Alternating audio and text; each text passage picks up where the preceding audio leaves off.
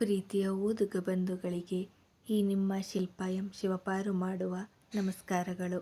ಕಲ್ಯಾಣ ಪ್ರೇಮ ಕಲ್ಯಾಣ ಭಾಗ 2 31ನೇ ಸಂಚಿಕೆ. ರುದ್ರಪ್ಪ ಮಡದಿಯ ತಯಾರಾಗು, ದಯಾಗೆ ಹೆಣ್ಣು ನೋಡಲು ಹೋಗಬೇಕು ಎಂದಾಗ ಸಪ್ತ ದೀಪು ಇಬ್ಬರೂ ಸಂತೋಷದ ಜೊತೆ ಆಶ್ಚರ್ಯದಿಂದ ನೋಡಿದ್ದರು. ಅಪ್ಪ, ದಯಾಗೆ ಹುಡುಗಿ ನೋಡೋದಕ್ಕೆ ಹೋಗ್ತೀರಾ? ಯಾವ ಊರು? ಹುಡುಗಿ ಹೇಗಿದ್ದಾಳೆ? ಮೊದಲೇ ನೋಡಿದ್ದೀರಾ, ಇಲ್ಲ ಈಗ ನೋಡೋದಕ್ಕೆ ಹೋಗ್ತಿರೋದಾ? ದೀಪು ಗೆಳೆಯನ ಮದುವೆ ಎನ್ನುವ ಖುಷಿಯಲ್ಲಿ ಕೇಳಿದ್ದಳು. ಹೊಸ ಡಾಕ್ಟ್ರುನ ನಮ್ಮ ದಯಂಗ ಕೇಳವ ಅಂತ ರುದ್ರಪ್ಪ ಹೇಳಲು ಅಮ್ಮ ಮಗಳು ಇಬ್ಬರೂ ಒಬ್ಬರನ್ನೊಬ್ಬರು ನೋಡಿಕೊಂಡರು. ರೀ, ಆ ಹುಡುಗಿ ನಮ್ ದಯಾ ಎಂದು ರಾಗ ಎಳೆದರು. ಅಪ್ಪ, ದಯಾ ಏನೋ ಒಳ್ಳೆಯವನು, ಡಾಕ್ಟರ್ ಕೂಡ ಒಳ್ಳೆಯವರೇ, ಮತ್ತೆ ಅವ್ರ ಬಗ್ಗೆ ಅಮ್ಮ ಹೇಳಿದ್ದಾಳೆ. ದಯಾ ನಿನ್ನ ಮಾತು ಮೀರೋಲ್ಲ. ಆದರೆ ಡಾಕ್ಟರ್ ದಯಾನ ಒಪ್ತಾರಾ ಎಂದು ಅನುಮಾನ ವ್ಯಕ್ತಪಡಿಸಿದ್ದಳು. ಕೇಳೋದ್ರಲ್ಲಿ ತಪ್ಪೇನಿದೆ ಮಗಳೇ, ಪ್ರಯತ್ನ ಮಾಡಿದ್ರೆ ಆಯಿತು. ಇಬ್ಬರು ಹ್ಞೂ ಅಂದ್ರೆ ಮದುವೆ ಮಾಡೋದು, ಇಲ್ಲ ಬೇರೆ ಹೆಣ್ಣು ನೋಡಿದ್ರೆ ಆಯಿತು ಎನ್ನುತ್ತಾ ಕೋಣೆಯಿಂದ ಹೊರಗೆ ಬಂದರು. ಸಪ್ತಾರು ಹಿಂದೆಯೇ ಬಂದವರು.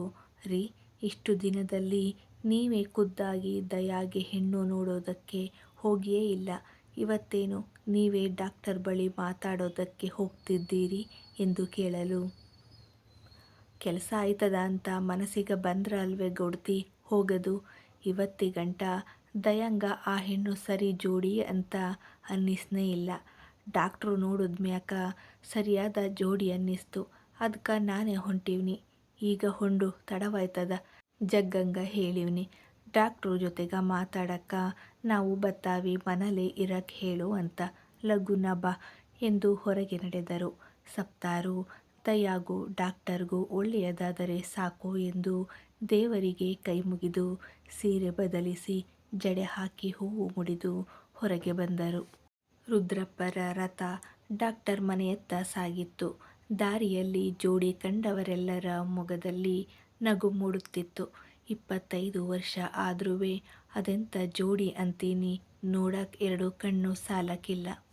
ಹಳೆ ಸಿನಿಮಾದಲ್ಲಿ ಬರೋ ನಾಯಕ ನಾಯಕಿ ಹಂಗೆ ಕಾಣ್ತಾರ. ರುದ್ರಪ್ಪನ ಗತ್ತು ಗಾಂಭೀರ್ಯ, ಸಪ್ತವ್ವನ ನಯ ನಾಜೂಕು, ಒಳ್ಳೆ ನಡತೆ, ಇಬ್ಬರನ್ನ ಜೊತೆಗ ನೋಡದೆ ಹಬ್ಬ ಎಂದುಕೊಂಡಿದ್ದರು ಹಲವಾರು ಜನ. ಆದಿ ಸ್ಟಾಫ್ ರೂಮ್ನಲ್ಲಿ ಕುಳಿತಿದ್ದಾಗ ಅನುಷಾ ಮೇಡಮ್ ಕೂಡ ಒಳಬಂದಿದ್ದರು. ಇನ್ನು ಯಾರೂ ಲೆಕ್ಚರರ್ಸ್ ಬಂದಿರಲಿಲ್ಲ. ಬೇಕೆಂದೇ ಬೇಗ ಬಂದಿದ್ದ ಆದಿ ಅನುಷಾ ಜೊತೆ ಮಾತನಾಡಲು. ಬೇಸರದಲ್ಲೇ ಒಳಬಂದವಳು ಆದಿ ನೋಡಿ ಇಲ್ಲದ ನಗು ಮುಖದಲ್ಲಿ ತಂದುಕೊಳ್ಳಲು ಆದಿ ಎದ್ದು ಅವಳ ಬಳಿ ಬಂದವ. ಆರ್ಯ ನನಗೆಲ್ಲ ಹೇಳಿದ್ದಾನೆ ಮೇಡಮ್ ಎನ್ನಲು ಅನುಷಾ ಮತ್ತಷ್ಟು ತಲೆ ಬಾಗಿಸಿದಳು, ತನ್ನ ಬಗ್ಗೆ ಏನಂದುಕೊಂಡರೋ ಎಂದು.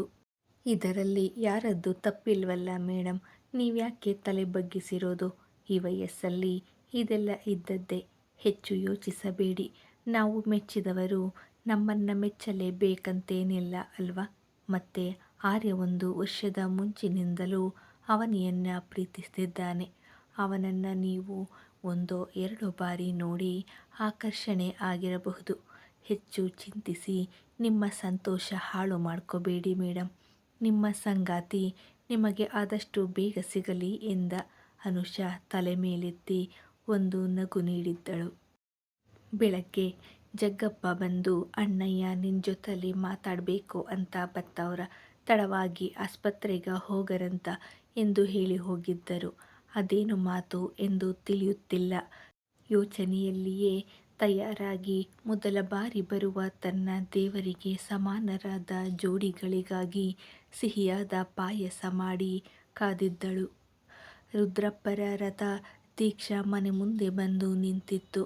ಮೊದಲು ಗುಣ ಜಗ್ಗಪ್ಪ ಇಬ್ಬರನ್ನು ಮಾತಾಡಿಸಿ ಹೊರಗೆ ನಿಂತು ತಮಗಾಗಿ ಕಾಯುವ ದೀಕ್ಷಾಳತ್ತ ನಡೆದರು. ಇಬ್ಬರು ಮನೆಯೊಳಗೆ ಬಂದಾಗ ಸಾಕ್ಷಾತ್ ಪರಶಿವ ಪಾರ್ವತಿ ದೇವಿ ಜೊತೆಯಾಗಿ ಬಂದರೆಂಬಂತೆ ನೋಡುತ್ತಾ ನಿಂತವಳ ಕಣ್ಣಿಂದ ಹನಿ ಜಾರಿತ್ತು. ರುದ್ರಪ್ಪರು ಮಡದಿಗೆ ಸನ್ನೆ ಮಾಡಲು ಸಪ್ತಾರು ಅವಳ ಕಂಗಳ ಒರೆಸಿದ್ದರು. ರುದ್ರಪ್ಪರು ಚೇರ್ ಒರಗಿದರೆ ಸಪ್ತಾರು ಚಾಪೆ ಮೇಲೆ ಕುಳಿತರು. ದೀಕ್ಷಾ ಇಬ್ಬರಿಗೂ ಪಾಯಸ ಹಾಕಿ ಕೊಟ್ಟಳು. ಇಬ್ಬರು ತಿಂದು ಮುಗಿಸಿದ್ದರು. ದೀಕ್ಷಾ ಇಬ್ಬರ ಮಾತಿಗಾಗಿ ಕಾದು ಗೋಡೆ ಒರಗಿ ನಿಂತಿದ್ದಳು. ದೀಕ್ಷಾ ಬಾ ಕೂರು ಎಂದ ಸಪ್ತರ ಮಾತಿಗೆ ಅವರ ಪಕ್ಕದಲ್ಲಿ ಬಂದು ಕುಳಿತಳು. ಇಬ್ಬರ ಮೌನ ನೋಡಿ ಏನು ಮಾತಾಡಬೇಕು ಅಂದ್ರಂತೆ ಎಂದು ಮೆಲ್ಲನೆ ಕೇಳಲು ಸಪ್ತಾರು ಗಂಡನ ಮುಖ ನೋಡಿದರು. ಅಷ್ಟರಲ್ಲಿ ಮತ್ತೊಂದು ಬೈಕ್ ಸದ್ದು ಕಿವಿಗೆ ಬಿದ್ದಿತ್ತು.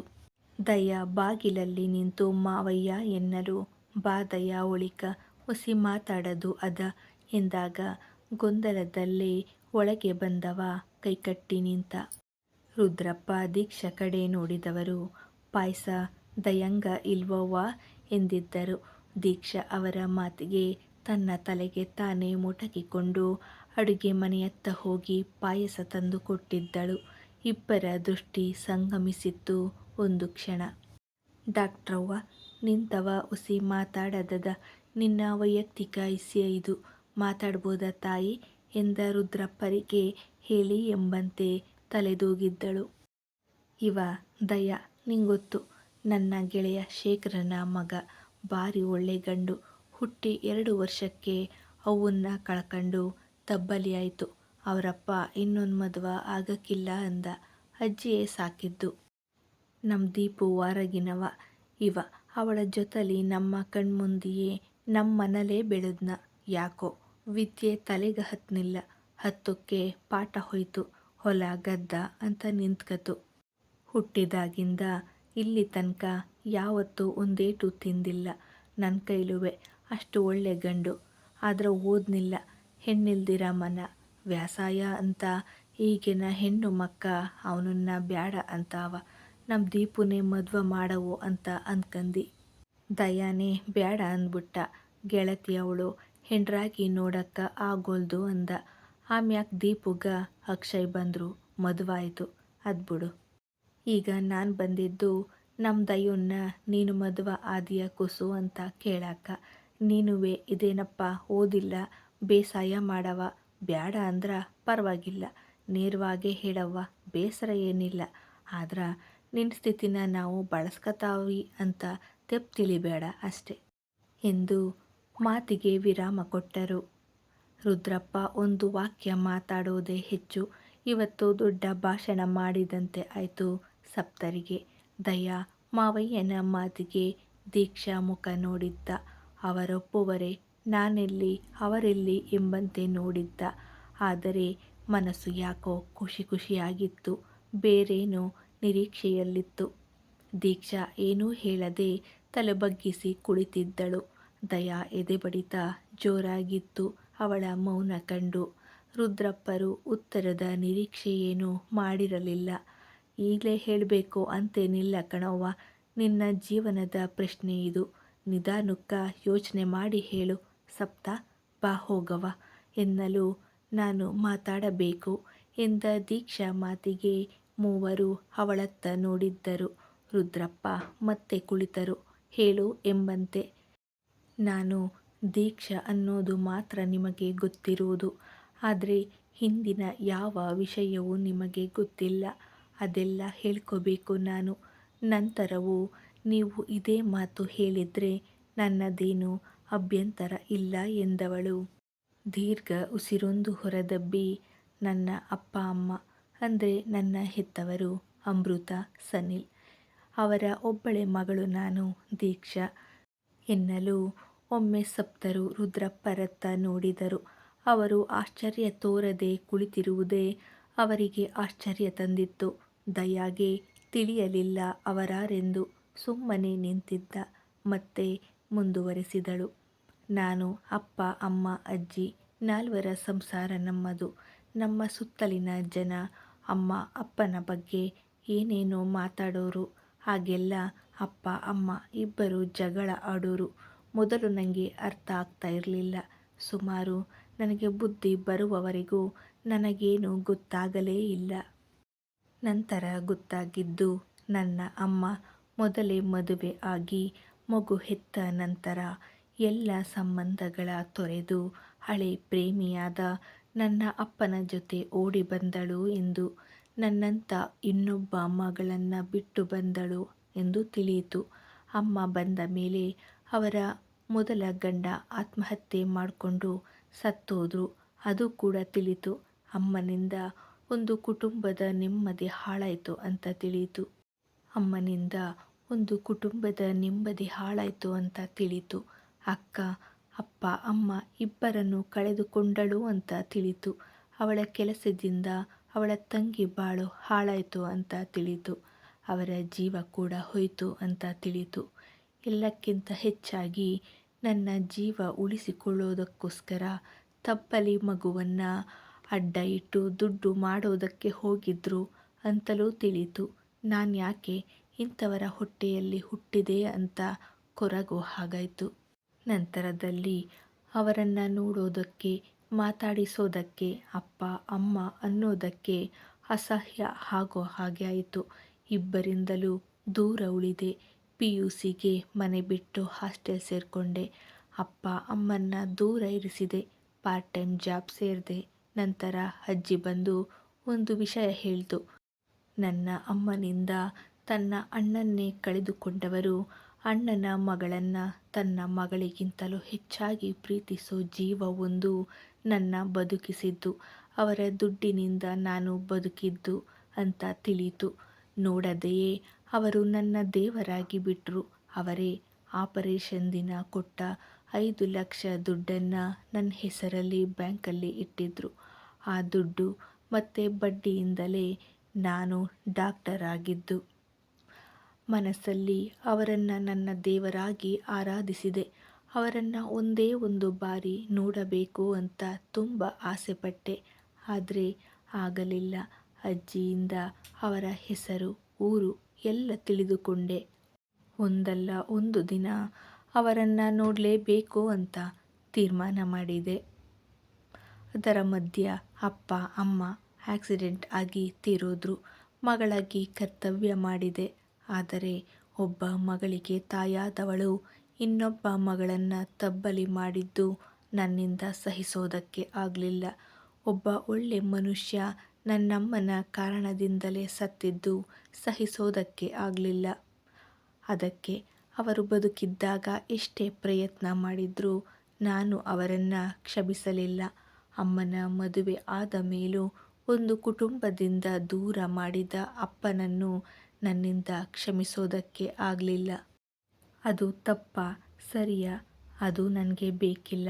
ಅಪ್ಪ ಅಮ್ಮ ಹೋದ್ಮೇಲೆ MBBS ಮುಗಿಸಿದೆ. ಅಜ್ಜಿ ಜೊತೆ ಇದ್ದೆ. ಅಜ್ಜಿ ಸಾಯುವ ಮೊದಲು ಮದುವೆ ಆಗು ಅಂತ ಹಠ ಹಿಡಿದ್ರು. ಜೊತೆಗೆ ನನ್ನ ಸೀನಿಯರ್ ಡಾಕ್ಟರ್ ಧನಂಜಯ್ ಮನೆಗೆ ಬಂದು ಅಜ್ಜಿ ಮತ್ತು ನನ್ನ ಮುಂದೆ ಮದುವೆ ಪ್ರಪೋಸಲ್ ಇಟ್ಟರು. ಅಜ್ಜಿ ಒಪ್ಪಿಗೆ ಮೇರೆಗೆ ನಾನು ಕೂಡ ಮದುವೆಗೆ ಒಪ್ಪಿಗೆ ಕೊಟ್ಟೆ. ನಂತರ ನನ್ನ ಜೀವನದಲ್ಲಿ ಮೋಡ ಕವಿದು ಕತ್ತಲಾಯಿತು. ಕ್ಲಿನಿಕ್ ಬಿಟ್ಟು ನಾನೆಲ್ಲೂ ಹೋಗೋ ಹಾಗಿಲ್ಲ. ಫ್ರೆಂಡ್ಸ್ ಜೊತೆ ಹೊರಗೆ ಹೋಗೋ ಹಾಗಿಲ್ಲ. ಒಬ್ಬಳೇ ಓಡಾಡೋ ಹಾಗಿಲ್ಲ. ಜೆಂಟ್ಸ್ ಪೇಷಂಟ್ಸ್ ಜೊತೆ ಸಲುಗೆಯಿಂದ ಇರೋ ಹಾಗಿಲ್ಲ. ಹುಡುಗರ ಜೊತೆ ಮಾತಾಡೋ ಹಾಗಿಲ್ಲ. ನನ್ನ ಫ್ರೆಂಡ್ಸ್ ಮನೆಗೆ ಬರೋ ಹಾಗಿಲ್ಲ. ಹೀಗೆ ಅವನ ರೂಲ್ಸ್ಗಳು ಏರುತ್ತಲೇ ಹೋದವು. ಮೊದಲು ತುಂಬ ಪೊಸೆಸಿವ್, ಅದಕ್ಕೆ ಹೀಗಾಡ್ತಾನೆ ಅಂತ ಅವ ಹೇಳಿದ್ದಕ್ಕೆಲ್ಲ ಆಯಿತು ಅಂದಿದ್ದು ಆಯಿತು. 1 ತಿಂಗಳಲ್ಲಿ ಮದುವೆ ಕೂಡ ಆಯಿತು. ರಿಸೆಪ್ಷನ್ಗೆ ಬಂದ ನನ್ನ ಫ್ರೆಂಡ್ಸ್ ಅಂದರೆ ಹುಡುಗರು ಸ್ನೇಹದ ಭಾವದಿಂದಲೇ ಅಪ್ಪುಗೆ ನೀಡಿ ಶುಭ ಕೋರಿ ಹೋಗಿದ್ದರು.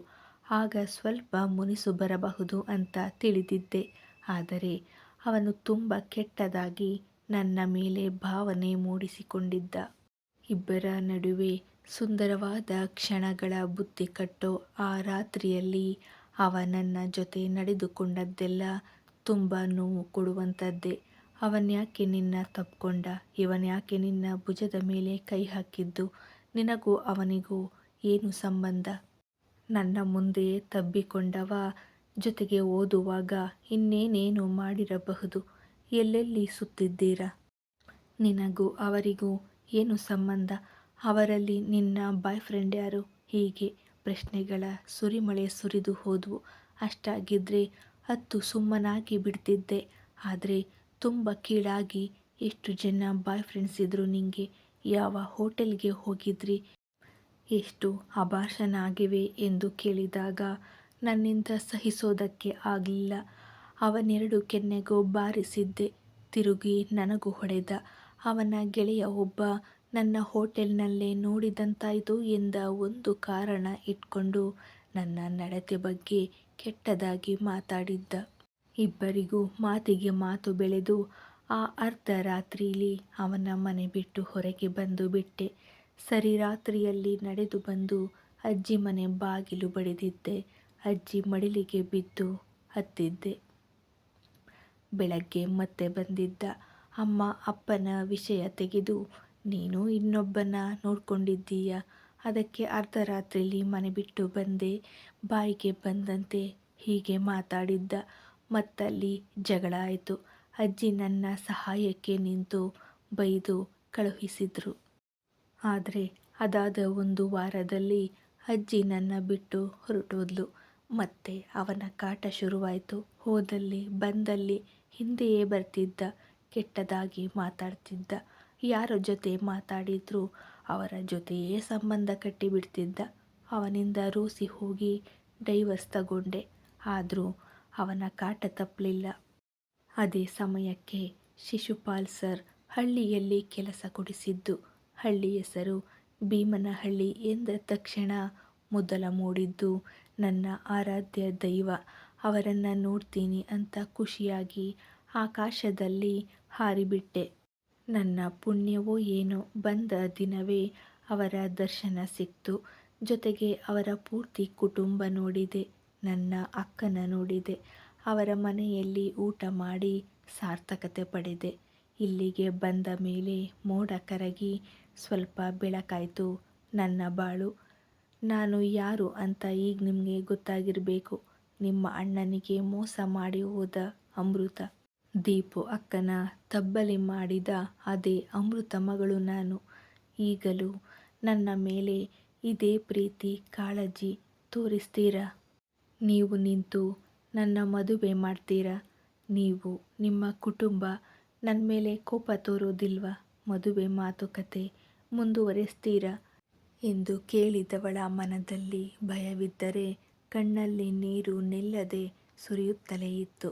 ಸಪ್ತರು ಮೌನ ತಾಳಿದರೆ ದಯ ಮುಷ್ಟಿ ಬಿಗಿ ಹಿಡಿದಿದ್ದ. ರುದ್ರಪ್ಪ ಮಾತ್ರ ತಣ್ಣಗೆ ಕುಳಿತಿದ್ದವರು. ಇದೆಲ್ಲ ನನಗ ಮೊದಲೇ ಗೊತ್ತು. ನನ್ನ ಮಾತಲ್ಲಿ ಯಾವ ಬದಲಾವಣೆಯೂ ಇಲ್ಲ. ನನ್ನ ಪ್ರೀತಿ ಕಾಳಜಿಯಲ್ಲೂ ಯಾವ ಬದಲಾವಣೆಯೂ ಇಲ್ಲ ಎಂದಾಗ ಮೂವರು ಅಚ್ಚರಿಯಲ್ಲಿ ಅವರತ್ತ ನೋಡಿದರು. ದೀಕ್ಷಾ ಓಡಿ ಬಂದು ರುದ್ರಪ್ಪರ ಪಾದದ ಮೇಲೆ ತಲೆಯಿಟ್ಟು ಬಿಕ್ಕಿದ್ದಳು. ಆದರೆ ಅಲ್ಲಿ ಸಂತೋಷವೇ ತುಂಬಿತ್ತು. ಮುಂದುವರಿಯುವುದು. Thank you. ಕತೆ ಇಷ್ಟವಾಗ್ತಿದ್ರೆ ಓದಿ ವಿಮರ್ಶೆ ಮಾಡಿ, ಸಬ್ಸ್ಕ್ರೈಬ್ ಮಾಡಿ, ಪ್ರೋತ್ಸಾಹಿಸಿ.